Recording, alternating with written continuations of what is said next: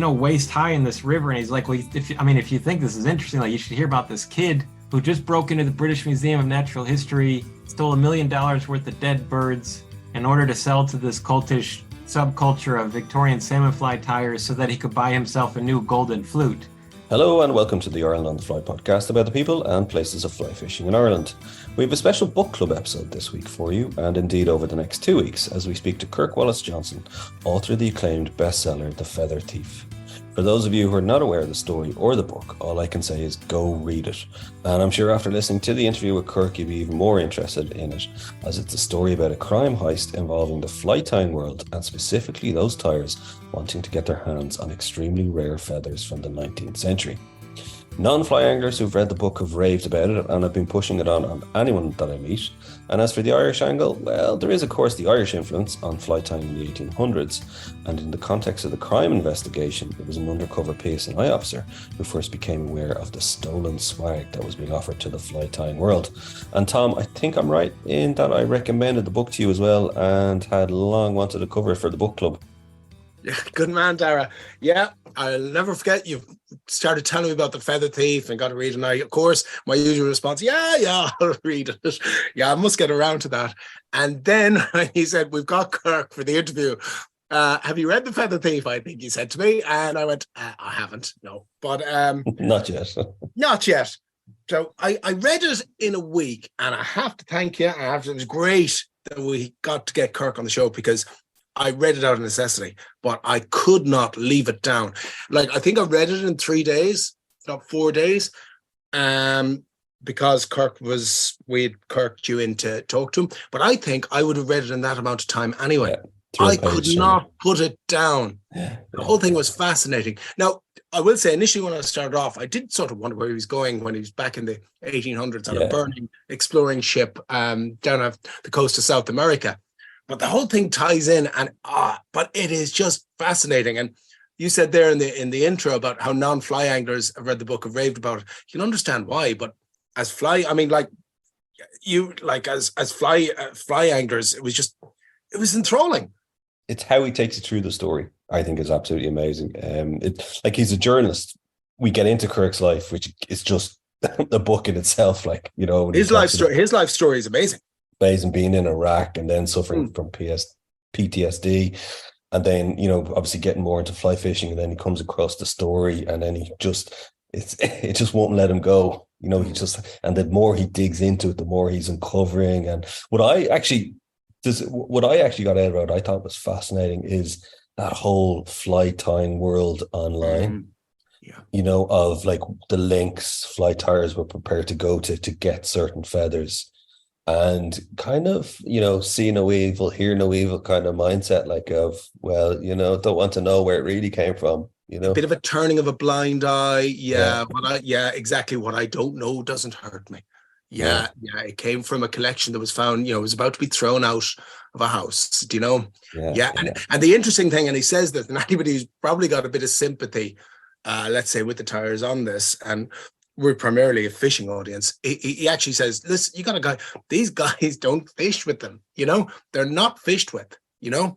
I mean, the main character in the book that this is centered around never fished.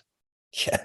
You know, it's just, but it's like just this obsession, you know, that they get into. And you're a fly tyer, you're not quite as obsessed, but you can probably but you can appreciate, though, I suppose, nearly the rabbit holes or the depths that suddenly people just kind of get into. Like, yeah. And you know what, he really in his writing brings that sense around how this can happen to people, you know. You really get into that, the world, it's a separate world of the fly tyer, of the classic fly tyer. Yeah, I think that, and that's the word, the classic fly tyer, as opposed to me who's looking for the right shade for a golden olive bumble, you know. Yeah. You know, I'm not breaking into a museum to get the proper shade of golden olive. It's nuts, isn't it? Like, it's absolutely nuts. But I think it's a brilliant interview with Kirk. He's just such a fascinating guy. So much so, like, and everybody knows kind of the episodes that we do are normally kind of, you know, 45, 50 minutes. We were speaking with Kirk for over 2 hours. We could have covered it. We could have chatted to him probably for another couple of hours. It was that kind of thing. So we've split it into two to tell us all about the feather thief and his investigation of the story and his writing of it. It's a pretty great story. I'm biased, but I was doing this for, I don't know, almost 10 years of my life. I was running this organization to get Iraqi refugees out. And at the center of that organization, I had built this army of attorneys from all over the country, from these top law firms. And they were all doing pro bono representation of the Iraqis on my list. And my wife was the first lawyer in Los Angeles to represent people on my list. So she, before we ever met, she had gotten dozens of families out. And so when my first book came out, I had an event in LA. It was a memoir about this whole kind of battle with the US government. And I had an LA event, and I invited all of our kind of LA connections. And I was completely, I was living in Boston at the time, and I literally moved from Boston to LA 8 days later. All of my stuff was sitting and gathering dust for about a year or so. But I had a ring after 8 weeks, proposed at 4 months. And it's funny because on that night, it was like the whole discussion that night, like around this event, was around my refugee work and the war and all of this. And we went to a bar afterwards, MJ and I, and we were already like very quickly smitten. But I was like, I got to tell you though, like I'm trying to get out. I'm trying to do something else with my life, and there's this story that I've become obsessed with about this kid that broke into the British Museum. Oh my God. And so, like, to her great credit, she didn't get freaked out. And to your luck. Yeah. Oh, I know. Were you trying to get rid of her? Well, no, but it goes way beyond that. And so, even for the first, I don't know, 6 months of our marriage, she was basically just carrying me. I was making no money, but she was like, you gotta write this proposal. And it required like tons. I mean, it turned out to be like an 80-page proposal. I mean, I knew I wasn't going to be able to write the book if I didn't really have the goods on Edwin and the rest of the story. And so I was obsessively working on the proposal, trying to figure out how to tell this story. We bought our first home, and I had, the first mortgage payment was looming, and I sent that proposal to Scribner, which published my first book. And usually they have it's a right of first refusal on your next book. And I was thinking like, okay, I think there's something to this story. I think they're going to offer me a deal. I don't know how much it'll be for. But Scribner, after all of this work, I mean, I was already at that point, like, I would say years into my obsession, but 1 full year into like working on the proposal and researching, Scribner passed on it in 4 hours. And they said, we think you should just keep writing about war and refugees and these types of things. Wow. And I was sitting right here, and I had this kind of crisis of confidence where I was like, how am I going to tell this incredible woman who's taking this great bet on me and also on this story that I just blew it, like, and I can't really explain what came over me, but one of the things I did was I printed the thing out, the proposal, and I put it in an envelope, and I found David Attenborough's mailing address. And I sent him a letter, and I was like, this is something I've been kind of consumed with. And I'm like, could you just tell me if you think there's anything here? I was not expecting a reply at all. It was just a kind of like, I was in the, in the sort of valley of despair at that point, and Attenborough, started his career largely on the Birds of Paradise, Mm-hmm. and lo and behold, like 2 weeks later, this Royal Mail letter comes, and it's Attenborough saying, "You have to write this. I've been wondering what happened to those birds." And of course, he's a trustee of the Natural History Museum, of the British Museum. And then he writes his phone number, and he's like, "Call me." And I'm like nervously like, "Do you say Sir David? Do you say Sir Attenborough?" I mean, I don't know this shit,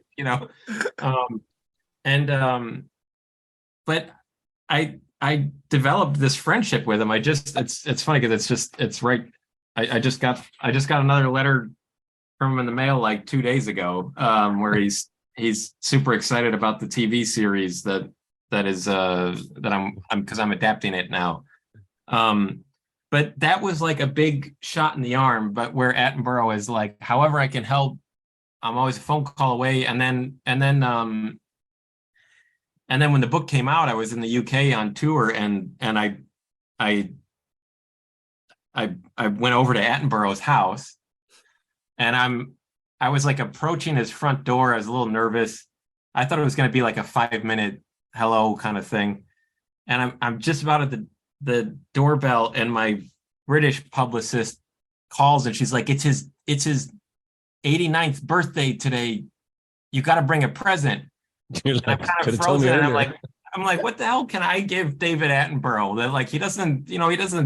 I showed up empty-handed, and I think I was there for 5-6 hours, and I had to leave because I had to go give an event. I had to go speak, but it was killing me because I was just like, the British Natural History Museum is I think one of the only museums in the world that doesn't carry the feather thief, and they won't carry it, even though if they could just see that the whole book is like, it's a love letter to them, to their institution, to their raison d'etre, so it's like, but they're just too embarrassed.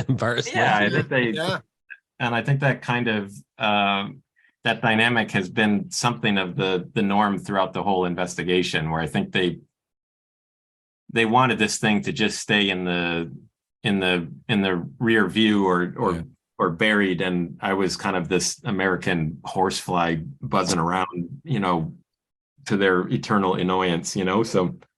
One of the things after reading it, I kind of like, I'll only in hushed tones from now on will I say I'm a fly tire. But one funny thing is,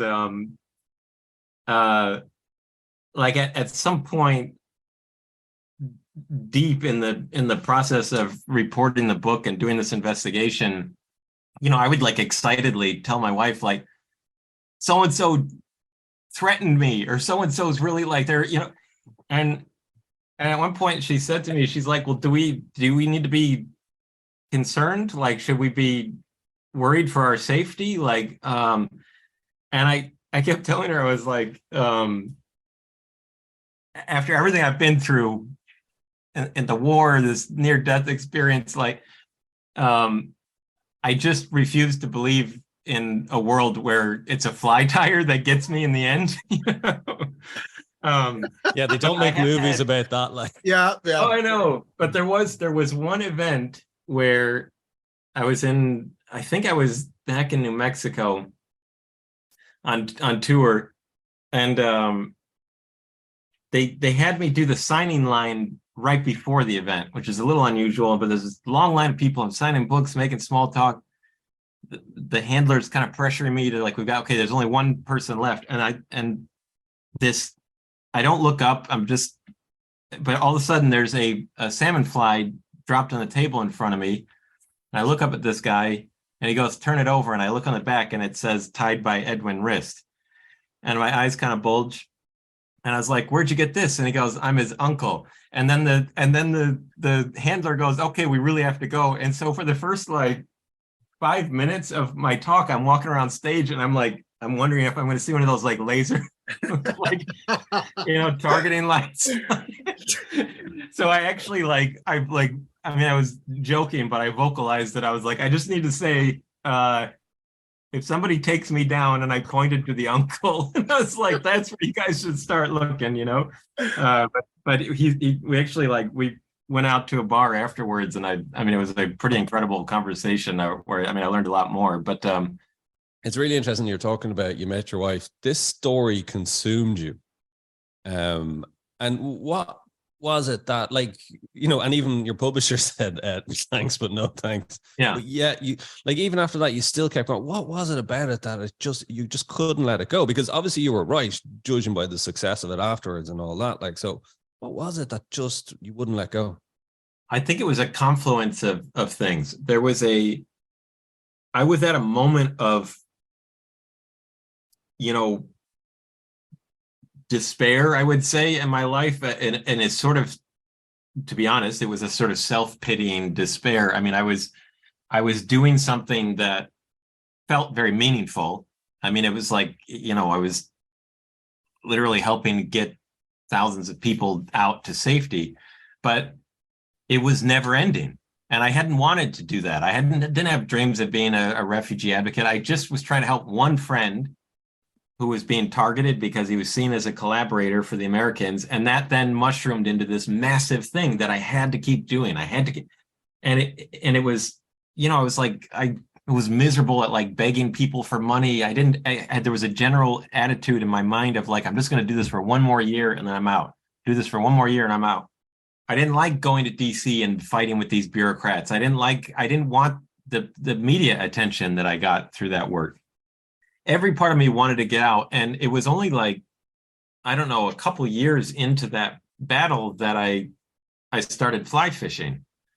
Because I'm from the Midwest.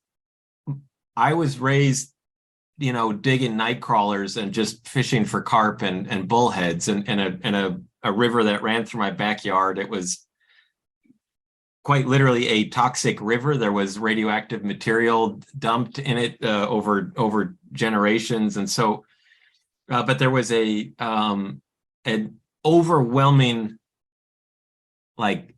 we don't fly fish in this family, son. That's for elites, for snobs. They're insufferable. We fish the real way, and so I always had this kind of block up in my mind around it until I went out once with a friend in New Hampshire, and it was the moment I stepped into the river and started realizing what was going to be required here to learn how to do this. I was done. I was all right, well, I'm going to be doing this forever. And so fly fishing became something of an active escapism for me. So I would, whenever I had a free day, I would just I'd wake up at 3 and be in the mountains by 5 or 6 a.m. fishing. And I know everyone says this, but I truly didn't care if I caught anything. It was just, I didn't for a long time in the beginning, but it was just all of these huge oceans of knowledge about what was happening around me that I had been until that point completely oblivious to. It had just been oh, there's a bird in quotes, or oh, there's, I wasn't paying attention to I didn't know anything about insects or the aquatic life cycles or any of that stuff. I still consider myself fairly amateurish, but so fly fishing became this kind of sanity bringing and sort of therapeutic thing for me to kind of help work through some of the PTSD as well. Because that's what I want to ask you. Did you discover fly fishing before or after Iraq? After. Really interesting. Okay, so yeah, you might just give people just a bit of background in terms of how you ended up in Iraq in the first place, because obviously that will kind of maybe shape their understanding then why you needed such an escape after this. Yeah. So I mean, I guess some compressed version is that my degree was in Middle Eastern studies. I speak Arabic. And I had lived all over the Middle East and Egypt and Syria, I'd been all over the place. And sorry, Kirk, can I just, because I'm always fascinated, because you often hear of American scholars or journalists who become fascinated with the Middle East and, like yourself, spend a good chunk of their career over it. What is it about, for yourself, was it about the Middle East that you found so fascinating? I had this, I mean, to me, it was, I've been very lucky. I had this incredible grandmother, this 4'11" Dutch woman who lived next door to us. And she never went to college, but she traveled a lot. She thought it was the best form of education. And so she had set up this deal where she wanted to bring each of her grandchildren somewhere in the world. It couldn't be to Disneyland. It had to be somewhere abroad. And I was the youngest of three boys. And so my oldest brother, when he was 15, this was always when we reached 15, which I think for boys, I think is a particularly kind of impressionable, maybe vulnerable age. I don't know. But she brought my oldest brother to Russia when it was still the Soviet Union. He was sort of transfixed by what he saw there. He came back, enrolled in the local community college. While he was still in high school, he just started going to night school at the college to start learning Russian. And then he ended up excelling and getting a degree from Georgetown in Russian studies, and he lived in Russia for years. My middle brother, same thing. She took him to Ecuador, and he's fluent in Spanish and lived all over South America. And for me, and we didn't pick it. It was sort of like she was spinning the globe. But for me, she brought me to Egypt when I was 15. And until that point in my life, I was a teenager in Chicagoland during the Bulls era. My only dream was to play in the NBA, but I was this doughy, short kid with no vertical. Like I kept getting cut from the basketball team and stuff. And it was a complete fantasy. But I go to Egypt, and at that point it was sort of like the model had already been established by my brothers. And so I came home, I was like, that was cool. I want to learn Arabic. And I wasn't even old enough to drive yet, but my mom would bring me to the local community college for Arabic. When I exhausted their courses, I would then take the train a couple days a week into Chicago for private lessons. And then I skipped my high school graduation to go to the American University in Cairo the summer before college started. And I think there was something similar in that, like, I mean, I'm going to sound like I'm very obsessive, but Arabic is another vast system that is very tricky to learn, but once you start kind of deciphering it, it's thrilling. And so it was a sort of like, it was just a challenge that also had nothing to do with high school and all the drama. It was like a kind of private thing that, I don't know, made me feel special, like this private pursuit. And then, and the whole time my dad was, when I was going to college, he's like, why are you studying Arabic? Like, what's the point of this? And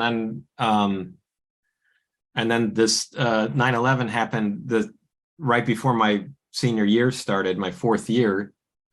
And within, a couple weeks of that, I was getting recruited by our intelligence agencies and other work. But at that point, I had landed, it's called a Fulbright scholarship, but I had a scholarship to go back to Egypt to do a year of research there. But while I was there, I kind of started moonlighting at the New York Times Middle East Bureau. I was just this, kind of gopher, but also I would go in the mornings and translate the Arabic headlines for all of the American journalists that were flooding into the region in the run up to the Iraq War. And so I was close to what was happening, and I was very opposed to the war. A lot of Americans have rewritten their stance now. But I was opposed to the war, but I come from this family of public servants where we were raised with this kind of mantra that it's easy to form an opinion about something. It's what you do with that opinion that separates people. And so even though I was opposed to the war, I kept reading these articles about how our government didn't have anybody that knew the language or had any kind of experience in the region. And so I applied for a job and got it with the U.S. Agency for International Development, which was trying to rebuild the country. I didn't think there was any ethical conflict there. It was a way of kind of righting a wrong in my mind. And so I got over there. I was 24. I was the only American working there that spoke Arabic. And as a result, I became very close with the Iraqis that were risking their lives to help us. And so fast forward a very crazy year of, just a disastrous occupation. And it was all complete. I don't know what your salty language, whether yours is podcast. Work away. Okay, it was a complete shit show. It was a complete fuck up. We were making a complete mess of the country. And then I had this, after a year, I took what was supposed to be a very brief vacation to the Caribbean to meet up with my family, with my parents and my brothers and stuff. And I had what's called a dissociative fugue state, but it's sort of triggered by post-traumatic stress. A lot of guys have had similar episodes when you leave the war, but in my case, I basically sleepwalked out of my hotel window and fell about, 20 feet or so to concrete and broke both my wrists, my jaw, my nose. I cracked my skull in a couple places. Lucky to be alive, Kirk. Yeah, no, I've had I feel very, every doctor I've had has told me I should be either dead or in a wheelchair. And so it was in that kind of abyss of like medical procedure after medical procedure. And just, I went from this, like, what I felt was a very important job to suddenly being back in my childhood bedroom, and I couldn't even feed myself. I couldn't open a door by myself. I had casts on each arm. My jaw was wired. And so that, in the midst of all of that, one of my Iraqi friends had been identified, given a death threat, got screwed over by the US government. They didn't help him at all. And it kind of snapped me out of my own funk. And I was like, well, this is outrageous. Everything I did was pointless there. All the projects I was trying to do unraveled, but I'm going to just see if I can help this one buddy of mine. And then at least is like, if I can do something that it won't have been a complete waste. But I didn't know, I didn't see myself as a writer. I didn't know the first thing about how to help a refugee. I was just angry at how he'd been treated. So I wrote this piece, this opinion piece, which then kind of spread like wildfire. And so within, hours of that running, I was getting bombarded with requests for help from other Iraqis. And then I've got to figure out how I'm going to help them. And then the next thing you know, it's like years later and I'm, you're like, how did I end up here kind of thing? Yeah, exactly. Can I just ask, I won't dwell on it. But I'm just fascinated because it's not often I get a chance to speak to somebody who was in Iraq during that kind of occupied rebuilding phase, whatever you want to call it, the term. Blowing it up while we're trying to rebuild it. Yeah. Were you living in the, what do they call it? The green zone? Yeah. So the first portion of my time I was, and it was, everyone says surreal. It's like the word doesn't mean much to me at this point now, but it's not like living in the Middle East there. You're in this heavily secured, 2 square mile bunker, basically, of all of these different compounds. And, every Monday you get the week's calendar of events, and it'll be like, Thursday's surf and turf day, and we're gonna have a 3-point contest at Saddam's pool, like that kind of stuff. And it was a bunch of bureaucrats basically trying to spit shine a disastrous war with these little reports that we were filing back and forth with each other. And I had not signed up for that. And I was this young, impatient, punk. And so I went to the head of the agency in Baghdad, and I was like, I don't want to be here. I want to do something else. I want to send me to the field. And so she's like, well, do you want to go to Fallujah? And I just blurted out, I was like, sure. And no one had ever wanted to go there.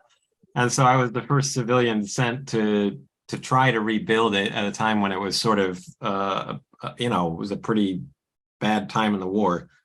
Was it pretty nerve-wracking, like in the sense that every time you left the green zone, you're like, am I going to get shot, blown up? Well, when you leave the green zone, it's all,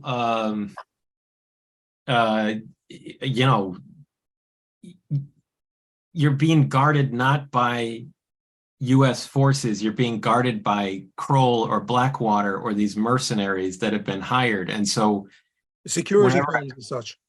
Yes. And so, and actually there were a lot of Irish mercenaries there. Working for Blackwater, was it? Yeah, Blackwater, Kroll is another one, DynCorp was another one, Triple Canopy. But the first time I ever went out, actually, it's funny, I haven't thought about this in forever. I don't know if he was from the north or what, but the first time I went out, all my guards were Irish, and they kept saying like uses and stuff, and I was like, man, I haven't heard English spoken like they'd be dubs. They'd be Dubliners. No, yeah, it could be. Yeah, I don't know, but but the thing is, north as well. But the thing is, there's something about when you got, because it was crazy. I was 24, and they would, as soon as we would get out of these, armed or armor-plated Humvees, they would descend around me and form this circle of around me with rifles pointed out. And so I was like, I would walk 10 feet and stop, and they would stop. I could take 3 steps to the left, and they would move with me. You very quickly grow to love dudes who are playing that role for you. So Kirk. So the youth is, I wasn't being judgmental about it. Like I was like, man, these guys are awesome. Their only job was to get me from point A to point B safely enough without me dying. If they did that, great. If they had to ram cars out of the way, which I had been in plenty of convoys where that happened, where people were injured and we just kept on driving, doesn't matter. And so they might bring me to some, check on some wastewater treatment plant that the agency had been funding. And in that course of that, whatever 3-mile journey to get there, we've pissed off like 4,000 people, and we've rammed into cars and all this stuff, and so it's completely surreal. Like there would be a massive highway, and then Blackwater helicopters would descend on both sides to create a kind of alleyway that we would then cross laterally over it. So we're creating traffic jams. It's like, and so that was very different than when I got to Fallujah. I was just living with Marines there at this base that we had taken over. And in that scenario, I was with a bunch of Marines who, they're not trained to protect civilians. They don't even understand what US aid is. They thought I was like, half of them thought I was a journalist, half of them thought I was like some NGO type or whatever. And so in that scenario, my daily commute, as it were, it's a little crazy to think about now, but we would ride in the back of these like Humvees where they'd been modified so the back was kind of like a pickup truck bed. They were called tub trucks.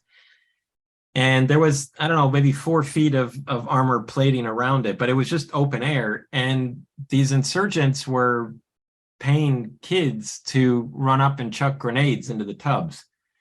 And a lot of Marines had been killed or had limbs blown off. And so I get in, first day going into Fallujah, and these guys see me and they see that I'm not carrying a weapon. And they're like, all right, well, you're swatter then. And I was like, well, what's a swatter? And they're like, well, if you see a grenade, it's your job to knock it back so it doesn't fall into the truck and blow us up. And I burst out laughing, like there's this awkward, I thought it was a joke. And they're like, why are you laughing? And I'm like, okay, this is for real then. And so for months,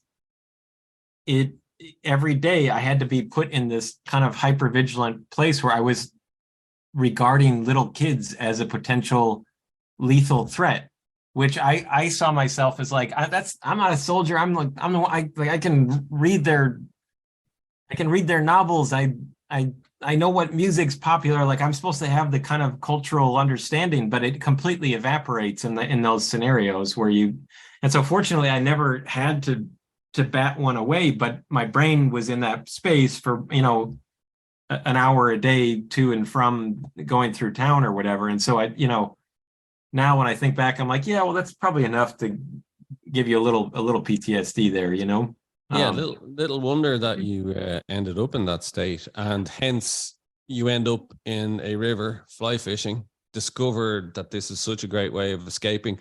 Your guests have probably said this plenty of times, but trout tend to live in the most beautiful places in the world, and they also tend to live in places where there's no cell signal. Yeah. And that's a very that's a great combo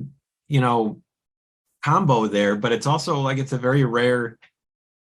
I felt things activated in my brain that felt kind of limbic and ancient, just sitting there for 30 minutes just studying a fish and how it's feeding and what that did to my brain at the end of every day, and just in terms of just slowing the world down for me a little bit.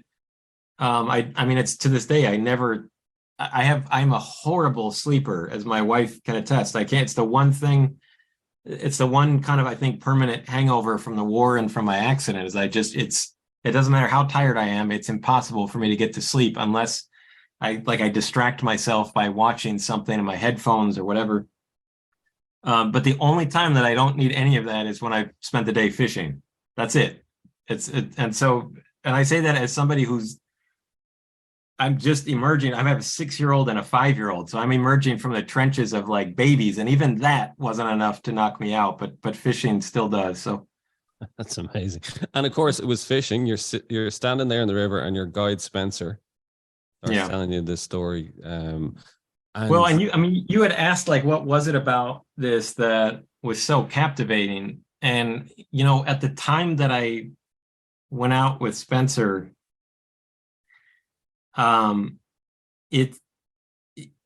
were just starting the initial withdrawal. And so I was from Iraq, that is. And so, I was kind of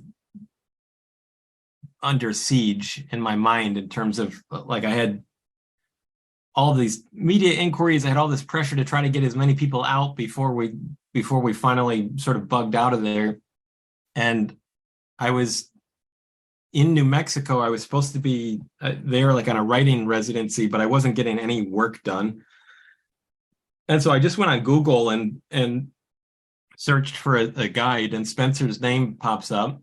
And I didn't have much money back then, and so a guide was sort of like an extravagance to me. And so I was a little I was just drilling him. I wanted to learn as much as I could. I told him to just treat me like a complete amateur, which I still was at that point. But and we were having a pretty good morning, and then I see a salmon fly, which I'd never seen before. Fly tying was, even trout flies, it didn't have any hold on me. It was just I would just go to Orvis or LL Bean or whatever the local fly shops, spend a boatload of money on a bunch of flies that I didn't really understand that well at that point. But I hadn't gotten to that appreciation of it, so I didn't know anything about classic or Victorian salmon flies. But I see one in his fly box, and it was so strange looking to me that I start pumping him for explanations about it. He starts telling me about the history of it, and then we're in the waist high in this river, and he's like, well, if you think this is interesting, you should hear about this kid who just broke into the British Museum of Natural History, stole $1 million worth of dead birds, in order to sell to this cultish subculture of Victorian salmon fly tires so that he could buy himself a new golden flute. And in my mind, I was like, it was one of those things where, like, you hear the record scratch or the needle scratch on the record, but it seemed to me like the perfect sentence. It was like, there was so much to unpack there. But, like anytime you're on or near a river, like your bullshit meter goes up, everyone's, and so at first I thought like, oh, this can't be right. Like this, and so that night when I got back online, I opened my laptop up and I just started Googling. I quickly found this classicflytying.com forum. And then Spencer was friends with Edwin, the feather thief, on Facebook. And so I didn't know what I was doing. I had not written a book before at that point in my life. I'd never seen myself as like an investigative journalist or anything. I just understood that there was something ephemeral about this so I started printing things out, not trusting that they would be there, started taking screenshots. But I quickly realized that there were a lot of things that had already been deleted, like links to dead posts and stuff related to the theft. And so that was the first indicator that there was something kind of juicy here, and that there was also like literally like 2 or 3 articles, a BBC article, maybe something in the Telegraph, and that was it. Like there was, and this was post-sentencing at that point. And so, everything really sprung from that moment. There was just this something so strange and colorful at the same time about this crime and about the world of people that benefited from it, the absurdity of it, the obsession of it, that this story in some ways became like an alternate, like, like these guys that they tie flies in the off season to like get ready for to get ready for spring or whatever. Like this kind of in some ways became that for me, where if I couldn't get to a river, I could at least duck into these forums and poke around a little bit. And so, I have one very fond memory of testifying before Congress about what was going to happen when we finally pulled out of Iraq and Afghanistan, and how we needed to build evacuation plans into our withdrawal plans. And it was this really kind of like passionate, intense testimony. And then I got back to my hotel room and I logged into classicflytying.com, and it's like, I was like, oh, okay. Like, wow. Okay. So-and-so knows so-and-so. Okay. I'm going to make a note of that. And so it was this kind of like split personality that I had, that even to the point that when the Feather Thief came out, all of my DC world friends, like people in government, they're like, man, this is so weird. There's someone with your name who's written a book about a museum. It's, like I just kept everything separate, But actually, that makes sense now, because my next question was like, the story wouldn't let you go, but you didn't see yourself as a writer. Like if you saw yourself as a journalist, author, I could understand. You go, yeah, that's the story. I'm going after that. That's my next book. But it makes sense now what you're saying. It was like your downtime. It was like your off time. That was just an itch that needed to be scratched, and you needed to keep scratching it. Like, was it? Yes, and crucially, it had nothing to do with anything that was bringing me down or that I had been through. It was about. I remember making this list of all of the different things that I would need to learn if I was to understand this story. And it was just this voluminous list of like, the history of fly tying. Who the hell was Kelson? What the history of museums? Who was Alfred Russel Wallace? Why is he important? I had to learn about birds, about the feather trade, all of this stuff. And it, I think I had on some subconscious level, like an understanding, like, oh, this is a book. And I had been publishing. I had been writing op-eds and things like for the New York Times and elsewhere, but they were always about the war. It was about the refugee crisis. But I was still, so I guess in some regards, I saw myself as something of a writer at that point. But this was so just utterly captivating. But the thing that was so appealing was that it was closed off to me, that it was something locked in a box. And I knew if I knew if I kept probing, if I kept tinkering around, I might finally be able to open it. And so I remember in the first days of going on that forum, there's like with any subculture, but there's just this mountain of jargon and slang and acronyms and things that I didn't know what any of it meant. And then there's this, all these different dudes, and you don't know who or where they are. And so I remember I made like an actual, was on a big sheet of paper, but where I had Edwin in the center of it.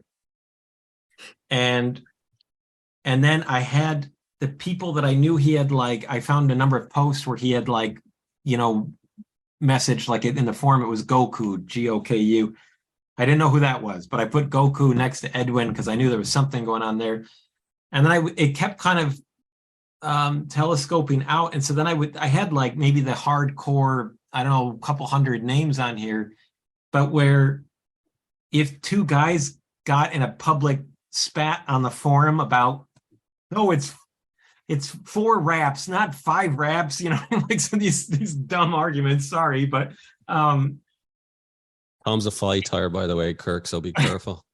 But so I'm really, by the way, it's 4, Kirk, but look, all right.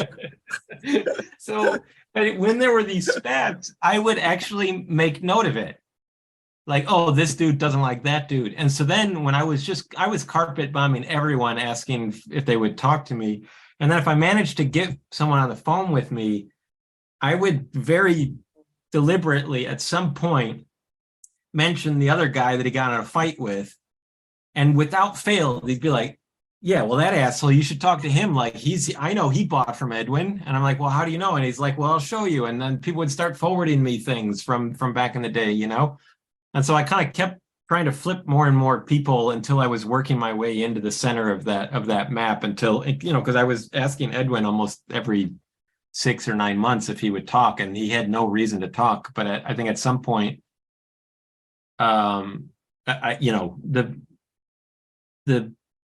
the calculus shifted a little bit where I think, I basically said, like, look, I'm writing this book with or without you, but I think you have every right to tell me your version of events, because I'm hearing it from all these other dudes.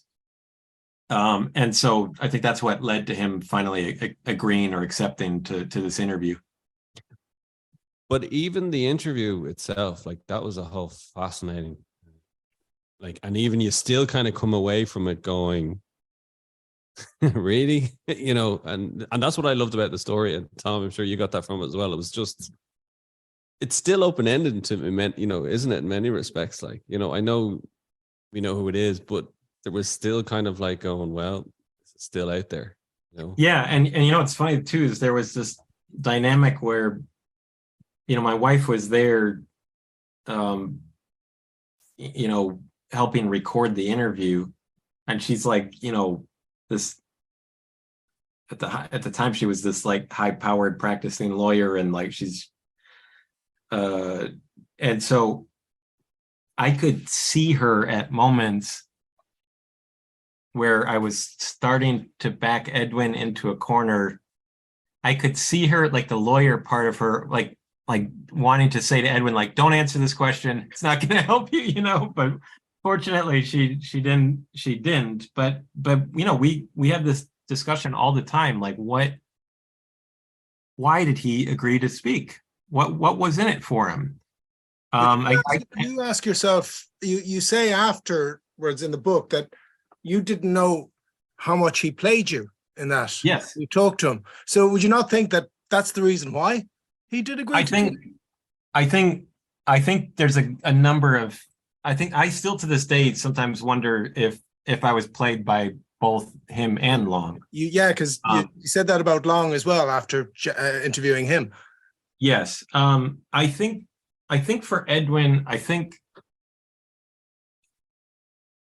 there was a number of things. He knew at that point there were articles about the book deal, because it was a fairly, after Scribner passed on it, I think there were like a dozen publishing houses competing for it. And so there was an article about me doing it. So he knew the book was coming. I told him the book was coming. I think he probably knew, he'd probably gotten tipped off by a number of people in the community that I had spoken to them. And, so I think there was some kind of probably curiosity about how much does this guy know, this guy being me. I think there was a gamble, but some kind of possible damage control or trying to contain or reroute me, if possible. I think my wife is more in this camp, but I think there's I think I'm in it too. Like, because I find this with all of my books. You would think putting a microphone in front of someone would make them clam up, especially if we're talking about a crime that they had a role in or had just perpetrated themselves. But the male ego is a powerful thing, and that can render you powerfully stupid. And so I think there was a part where he's like, here's this guy who has just spent years studying everything he can about me. I don't know, I'm guessing here. But that, and I also think, Edwin is a very smart / gifted person. I think he's used to being the smartest person in the room, and that's all well and good, but I think it gets you into trouble sometimes. I think it can blind you to some threats, which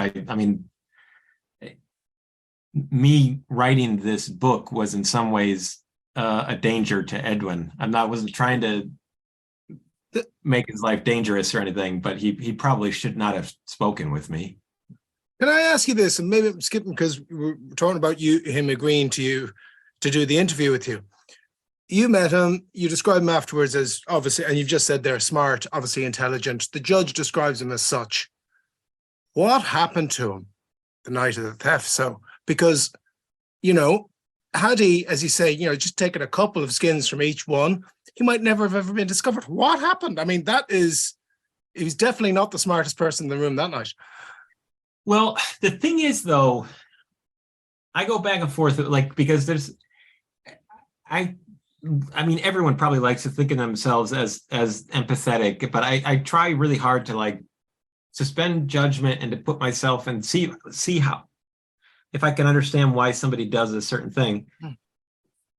It's still very difficult for me to walk through the number of steps of what it means to even snip barbed wire away, to climb up on a wall, to bash a window out, to crawl through the window, to knowing that there's security there, to then, walking through and being there. He thinks he might have been there for hours. But for all of that kind of brazenness, and at first, they tried to, his lawyers tried to suggest that this was, just a spur of the moment idea, but it wasn't. There was tons of planning involved. But the truth is, he got away with it for 15 months. So it wasn't like it was this, amateur hour. He was good enough that he left some evidence on the scene, but it wasn't, he's not going to show up in any, database with, felons in the UK or whatever. So they found a piece of glass with blood on it. They found, I think, a little shred of a rubber glove. They found his glass cutter, but they didn't have any real leads. And I think this is why the museum and I kind of lock horns, but there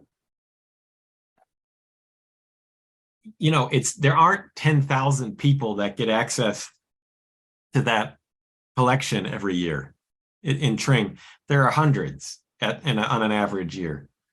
And if you're dealing with a catastrophic theft, as they described it, I don't know why it, because they told me that his name, that he had signed in with his own name on the visitor's log. He had emailed them asking about these exact specimens.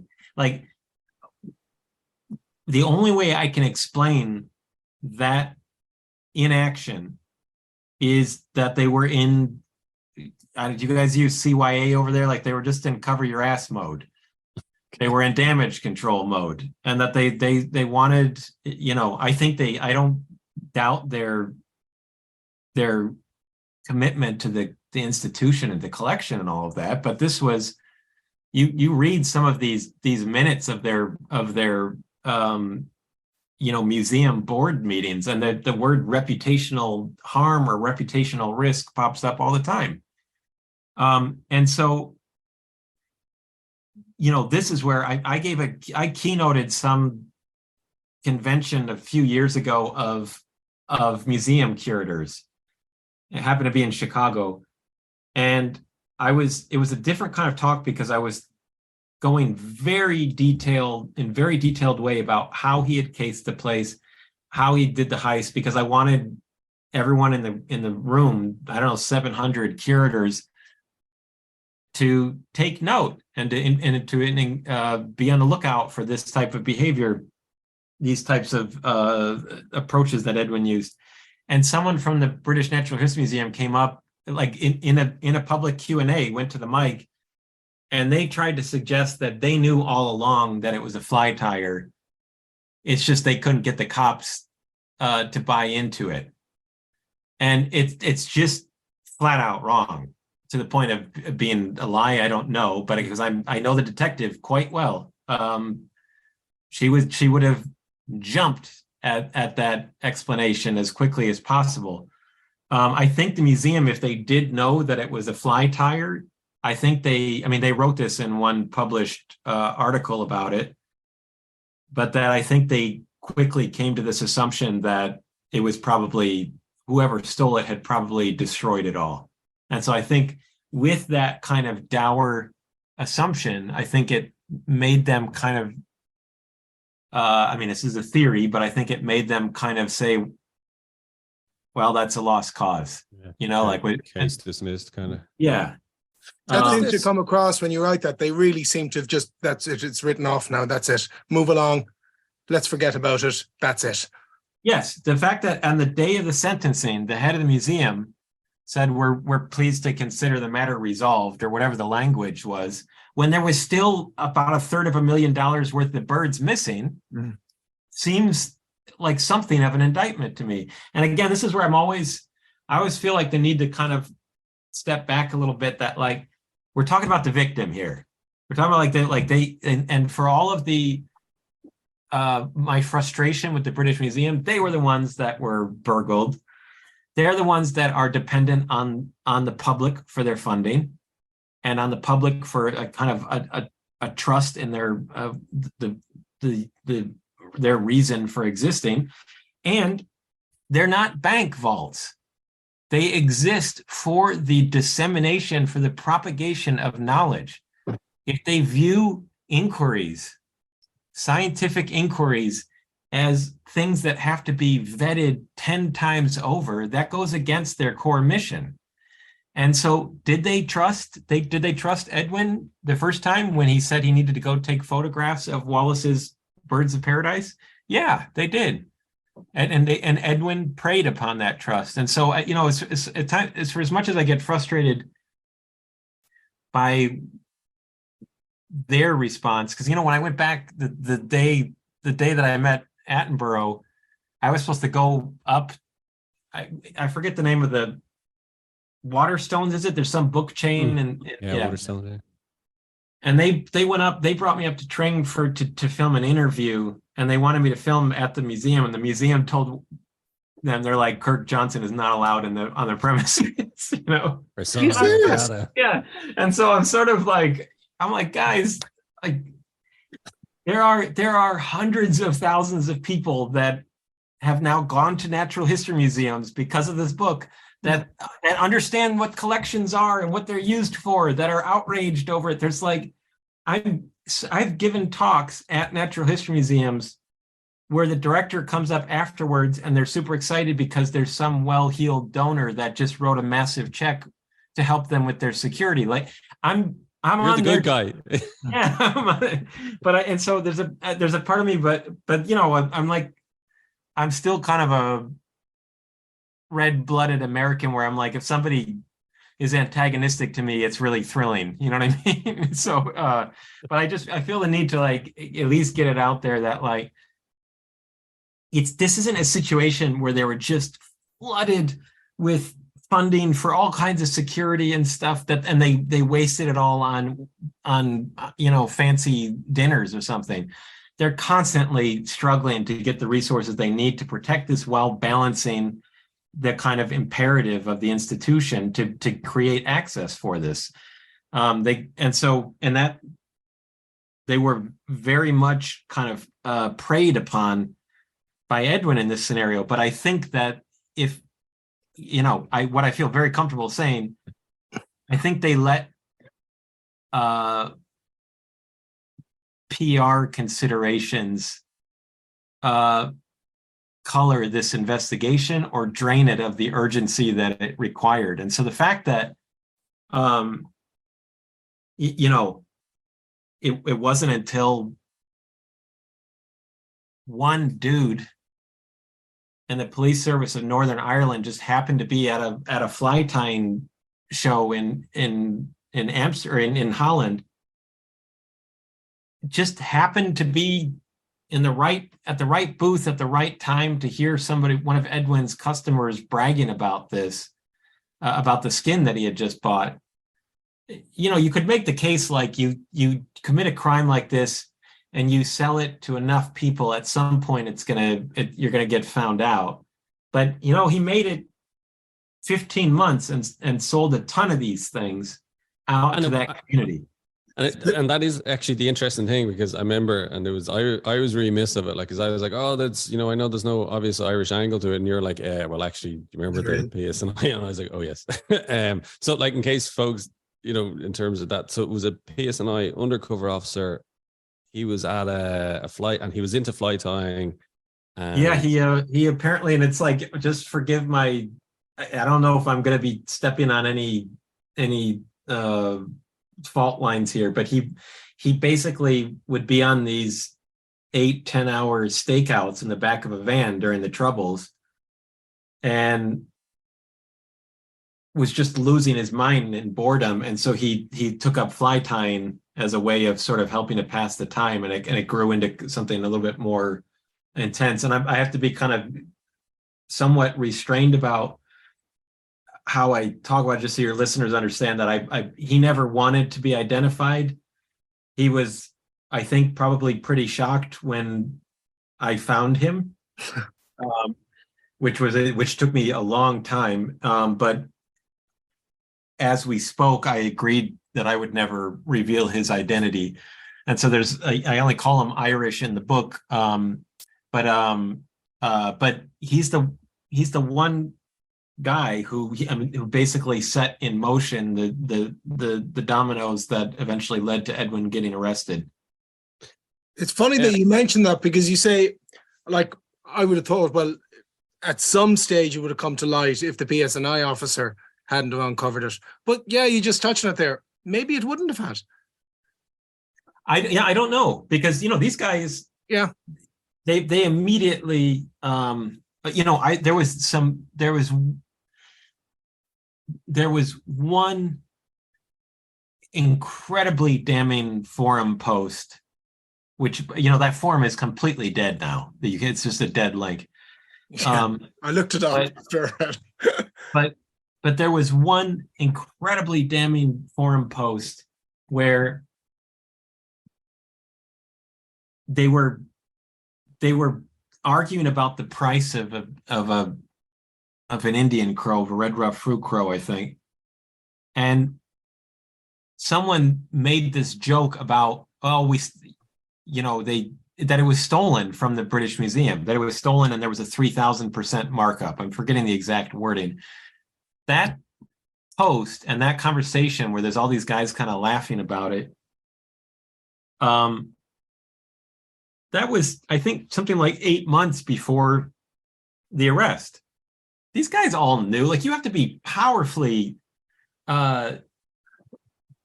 dim or in a state of powerful self-denial to accept that an 18-year-old college student in London suddenly is sitting on the largest private stash of the most coveted birds in the world, and it's just a free-for-all. When the press release about the heist was rifling through that forum when it happened, they all knew that there had been a theft from the museum. And suddenly now, like this, the future of fly tying, Edwin Rist, suddenly is sitting on tons of the same birds. It's kind of, these dots are not very far apart to connect. But, Edwin told me that a lot of his customers knew enough not to ask any questions. And some he would give a kind of bullshit provenance story. He found it in this estate sale or whatever. But Kirk, some of them didn't even care. No. One that really got me was, after all of this, and you're trying to source the skins again, when you contact the South African guy. Yeah. That just threw me. And he more or less, more or less says it's God's will. So yeah. I'm going to keep him. Yeah. And just to add to that, so that was the guy who just straight up told me, yes, I have him. And no, I'm not going to give him back. And he's in this kind of end times, I would call it a cult, but sect, that he felt that anyone that believed in evolution and these museum curators were doing the work of the devil. And so he had a greater right to these things than they did. But when the book came out, or on the eve of the book coming out, one of my sources was at a fly tying convention, maybe a month or so before the book came out, and he called me up and he said he had heard 2 different conversations where the guys were saying, we got to sell this shit before Kirk's book comes out. Wow. And so, and I think, the fact that, that forum is dead. I think the demand for these feathers has not abated at all. I talked to somebody not long ago, and they think that since the book has come out, the value, the sort of street value of these feathers, is such an insane statement, has quintupled because it's been pushed deeper underground, because there's maybe more concern about the sale of it.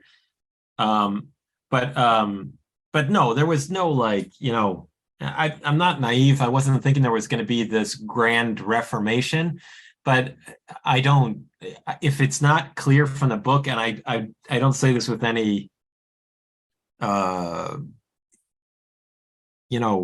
great reservation.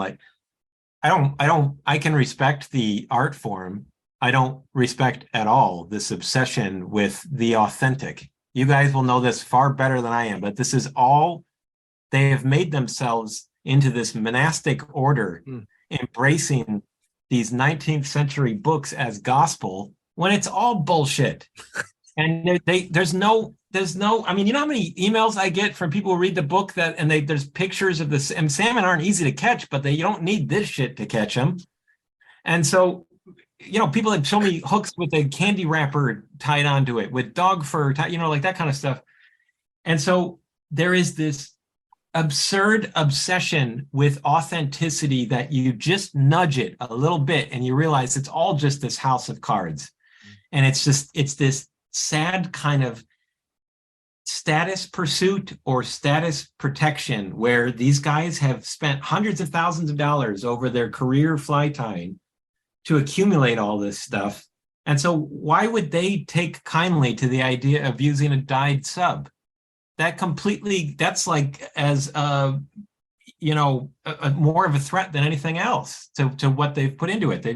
Anyways, I don't know. You say that happens. Didn't Spencer started up a group or a movement to use not the authentic feathers, but to tie all the classics using substitutes, and he got poo-pooed by these people.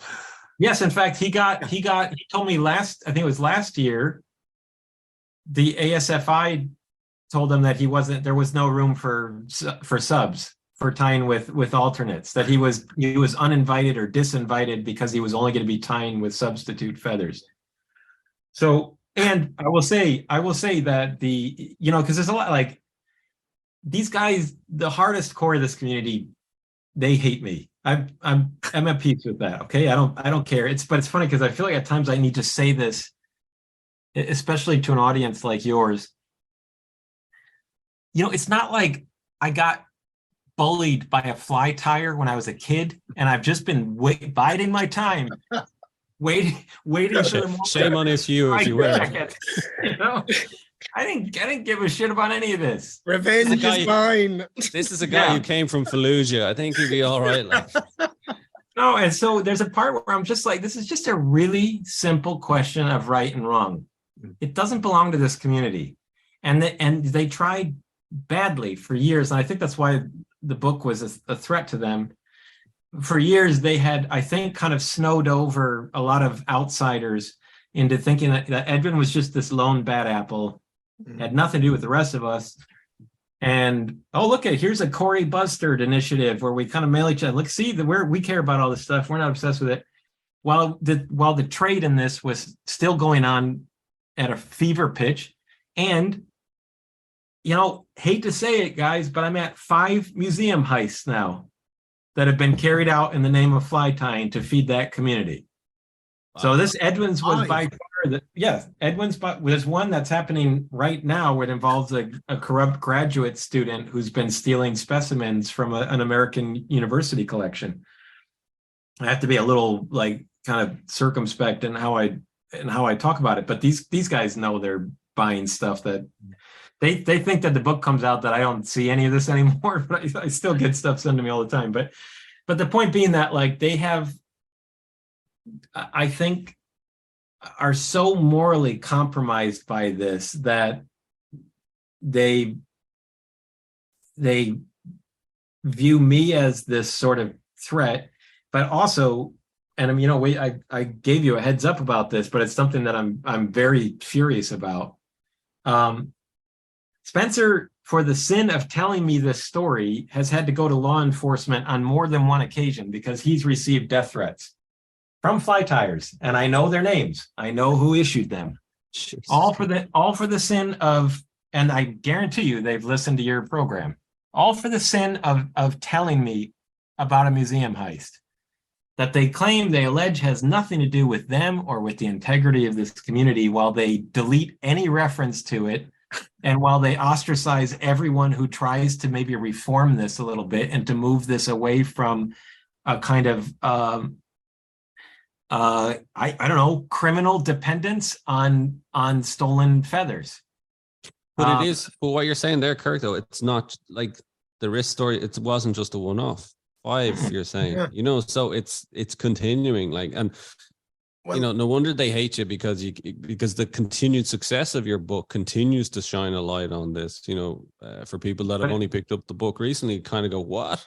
But what's funny about it is at one point near the end of the of writing the book, I kept finding out about other thefts of specimens, and I would run upstairs and tell my wife, I'm like, there's another one. There was a German museum. And she looks at me, she's like, so is this gonna be what you do now? This is your thing. And so I fully realized that I became just as obsessed with these birds as Edwin did, but for a different reason. Yeah. But it, there really was, to me, there was nothing more than, they don't belong to this community. They have blown open a crater in the scientific record. That these specimens, I don't want to overhype the value, but I mean, they have a kind of magical quality to them as far as science goes. I mean, some of these specimens have been in that museum since before the word scientist existed. And there's something really remarkable to me that we have generations of scientists who have opened those drawers up again and again and again, each generation with new tools, with new questions, to try to understand and to increase our understanding of what's happening to this changing planet and what the planet used to look like before we went and made a mess of it all. And now they pull those drawers open and they're empty. And these guys are losing their minds over what did Blacker say versus what did Kelson say about when the majority of these guys that I know in the hardest core of this group, they don't even know how to fish. And so there's a point where I'm like, hey, I get it. Like I can admire the artisanship that goes into these things, but I have said this for years now. I don't know of any other hobby that so quickly pushes its adherents into criminal behavior than Victorian salmon fly tying. Who would have thought, eh? Who would have thought? It's like, did Edwin Rist ever fish? as far as I know, he still has never fished. He won some pretty nice fly rods and reels from fly tying tournaments, but I think they just went into a closet somewhere. Our thanks to Kirk Wallace Johnson for joining us on the show. And you can buy The Feather Thief online. Get your hands on a copy. I can only really highly recommend it. It's a great read, really good read. And then don't forget to rate, review, and follow the Ireland on the Fly podcast on Apple, Spotify, or wherever you get your podcasts from. Plus, you can keep up to date on IrelandOnTheFly.com as well as on Instagram, and myself and Tom will be back with another episode about the people and places of fly fishing in Ireland.